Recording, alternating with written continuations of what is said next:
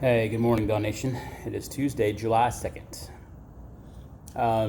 Holiday weekend. Hope you guys have some good plans for the 4th coming up here in just a couple of days. I wanted to share with you guys something that I experienced this morning at my Man Up meeting.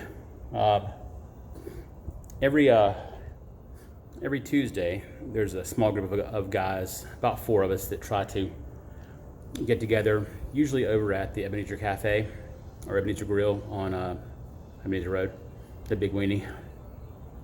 But they're closed today, so we went to Eggs Up. Pretty good place if you haven't been there before. We usually have a pretty good topic of discussion. A lot of times it's lighthearted. Sometimes it's more serious, and today was kind of combination of both, lighthearted and serious. The lighthearted stuff is just some of the funny movies we watched when we were kids growing up that we weren't supposed to watch because they were R-rated, like Porky's and Police Academy. Some other ones, I can't remember what they were. Porky's and Police Academy. Oh, Revenge of the Nerds, a couple other ones. So we had some funny, lighthearted stuff. Then we got into some serious stuff about how we deal with our anger and our children. So I think this is an important one if you've got kids to kind of pay attention to a little bit of this, because there's some really good wisdom that I gleaned from some of the guys that I meet with. 2 of the guys are fraternity brothers of mine from Winthrop. Another guy is a business owner here in Rock Hill, and we all kind of share the same struggles, but mine got some pretty serious reaction from one of the guys, and I appreciate it, and I want to share it with you.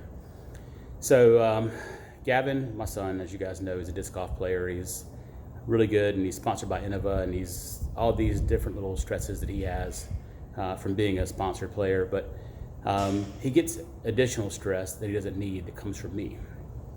We were playing a tournament last week, or a couple weeks ago, and I was caddying, I was with him. But he was playing a tournament, and he was like 19 under through 3 rounds, playing really well. And then he changed something up in the middle of the tournament on the last round, which caused him to have a less than stellar 4th round. He finished tied for 7th out of 84 players, but he was tied for 2nd going into that round. And on the way home, I was kind of being a child. I had my rear end on my shoulders, and I was kind of doing the silent treatment because I was angry about him making the changes after I kind of told him not to. I kind of advised against it, but I didn't say, don't do this as your father. I was being more, hey, I wouldn't do that if I were you, kind of thing. Give it advice. He did it anyway, which is fine. It didn't pay off, but whatever. But I was being kind of a jerk. I wasn't speaking with him. I was kind of like showing my anger with my silence, and I got caught out on it today. I got caught out on it by one of the guys, and he's like, that's wrong. And I agree it's wrong, and I've tried to correct it since then. Gavin and I have spoken quite a bit about it, and tried to explain to him why I felt like that was kind of disrespectful for what he did. But the reality is, it's a game. He's 15. He's going to make mistakes. He's going to learn from his mistakes. I have to allow him to do that. As long as it's not life-threatening, I need to allow him to make his mistakes. And so I got some really good advice today from the guys. And one of the guys in particular said, if you continue to express your anger when he plays poorly and your exuberance when he plays well, then he's going to understand that if I play bad, I'm disappointing my parents, or I'm disappointing my father, and he will grow to resent me when I express that anger. But he also grow to resent the sport that he loves and wants to play.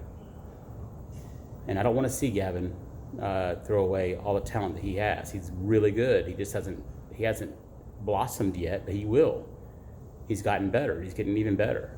So I don't want to see him quit on something that he actually enjoys and loves to do just because his dad makes it more difficult on him when he doesn't play well. That's not acceptable. So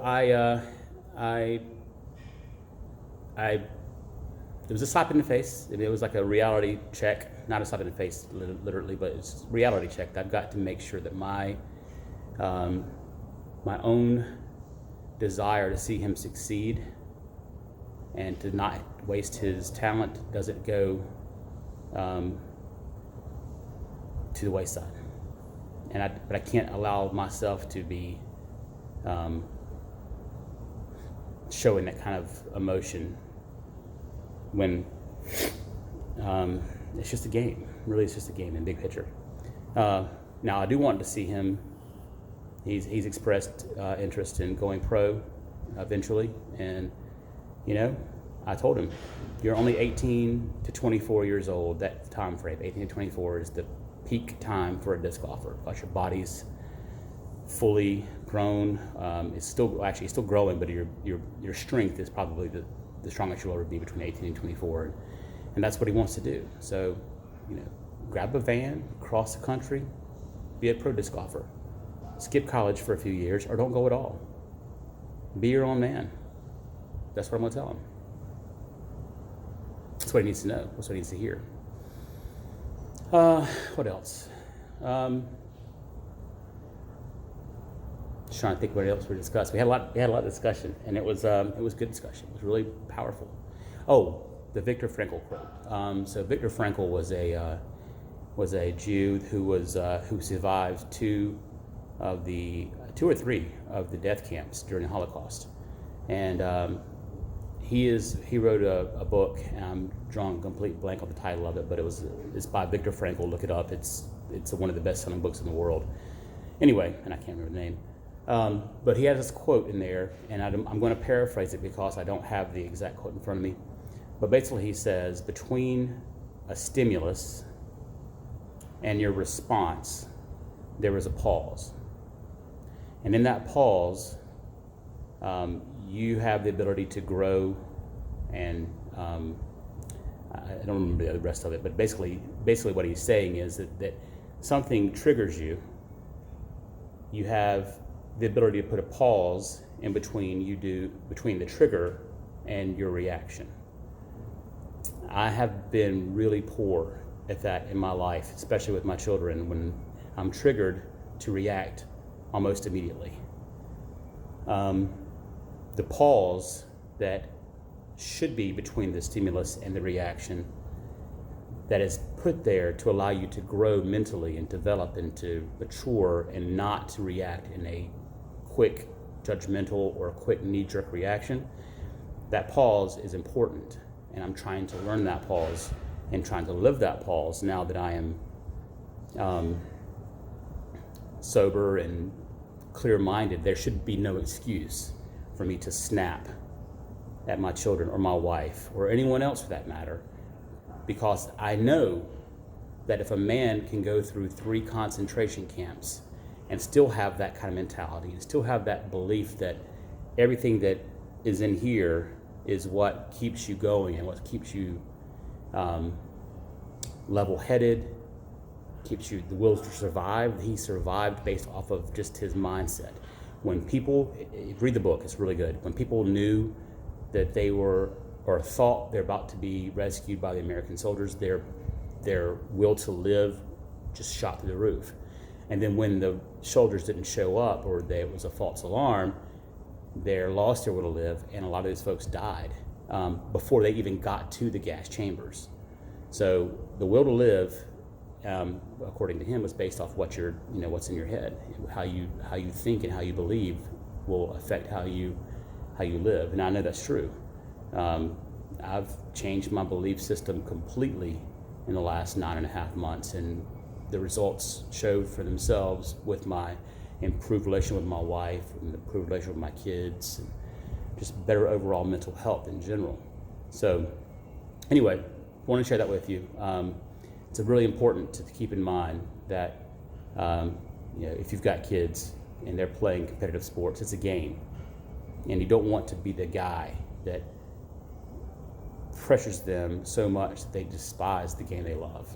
And that's what I was doing at one point, and I'm trying to back away from that and become a better father and a better mentor and a better coach to him, in a sense that I'm just coaching him through life, not through his sport. I can't do what he does. He does things with discs that I can't even fathom. I'm not that good. But But I wanted to share that with you today because it was on my heart. It convicted me when he told me that, he actually had anger. The guy had anger at me as I'm telling the story because he could see the negative reaction or the negative effect it would have on Gavin. And I like that. I like that honesty, that bluntness, the truthfulness. I needed to hear it. Anyways, so that's all I have for right now. I hope you guys have a fantastic Tuesday.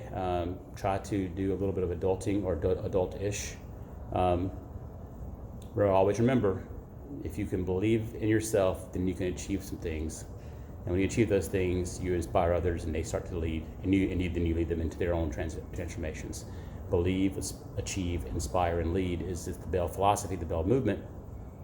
But more importantly, it's basically what gets the tip of the iceberg to be showing above the water.